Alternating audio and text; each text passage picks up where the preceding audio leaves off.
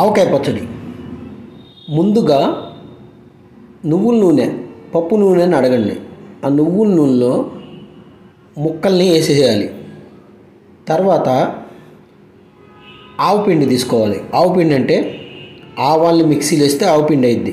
దాంట్లో సన్న ఆవాలు ఉంటాయి, సన్న ఆవాల పిండి వేయండి. మామూలుగా అయితే నేను 2 పెద్ద మామిడికాయలు తీసుకున్నాను. దానికి 200 గ్రాముల ఆవపిండి, 200 గ్రాములు కారం, ఈ 2 దాంట్లో పోసాను అనమాట.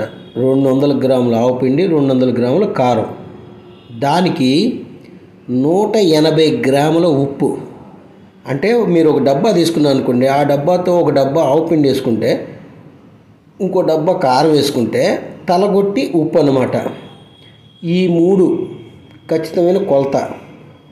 ఏది 200 గ్రాముల ఆవపిండి, 200 గ్రాముల కారం, 180 గ్రాముల ఉప్పు, ఇది ఖచ్చితమైన కొలత. ఇది ఆ మిశ్రమాన్ని అట్లా కలుపుకోండి. ఆ మిశ్రమాన్ని అట్లా కలుపుకుంటే మామూలుగా అయితే కల్లుప్పు వేస్తారు మామూలుగా. ఇప్పుడు కల్లుప్పు ఎవరు వాటల్లా, సాల్టే వాడుతున్నారు కాబట్టి సాల్ట్ కొలత చెప్పా. అదే కల్లుప్పు కొలత అయితే ఉప్పు కారం సమానంగా పడతాయి. సాల్ట్తో ఈ కొలత చెబుతున్నాను. ఈ ఆవకాయ పచ్చడి చేయటం బ్రహ్మ విద్య కాదు, చాలా సులభం.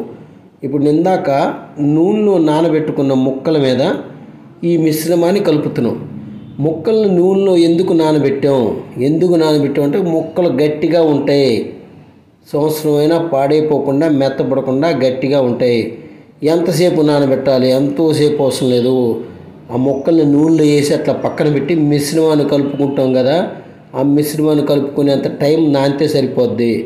దాంట్లో ఇంకో క్లిప్ మిస్ అయింది. నూనెలోనే ఒక గుప్పెడు లేకపోతే ఒక చిటికెడు లేకపోతే కొన్ని మెంతులు వేసాం. మెంతులకి ఏంటంటే ఒక ఫ్లేవర్ రెప్పించడానికి మెంతులు వేసాం. దానికి కొలత ఏం లేదు.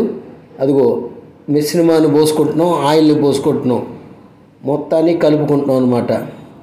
ఈ ఆయిల్ శనగ నూనె వాడుకునేవాళ్ళు శనగ నూనె వాడుకోండి, నువ్వుల నూనె వాడుకునేవాళ్ళు నువ్వుల నూనె వాడుకోండి, కాకపోతే నువ్వుల నూనె పప్పు నూనె అడగండి, చాలా బాగుంటుంది. అగో అట్లా మిశ్రమాన్ని కలుపుకుంటూ ఉండాలి. మామూలుగా ఇంకా మిశ్రమం మిగిలి ఉంది. ఆ మిగిలి ఉన్న మిశ్రమాన్ని కూడా దాంట్లో వేసేస్తాను ఇప్పుడు.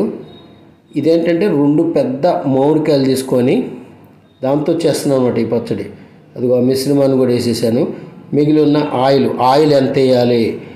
ఆయిల్ కొలత లేదు, ఎంత కావాలంటే అంత వేసుకోండి. అంటే మహా అయితే 1 కేజీ ఆయిల్ వేసుకోండి, చాలా బాగుంటుంది.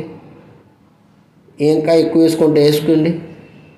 దానికి కొలత లేదు. ఇప్పుడు మనం బేస్ తయారు చేసాం. ఆ బేస్ ఏంటి? గుజ్జు కావాలి. గుజ్జు ఏంటి?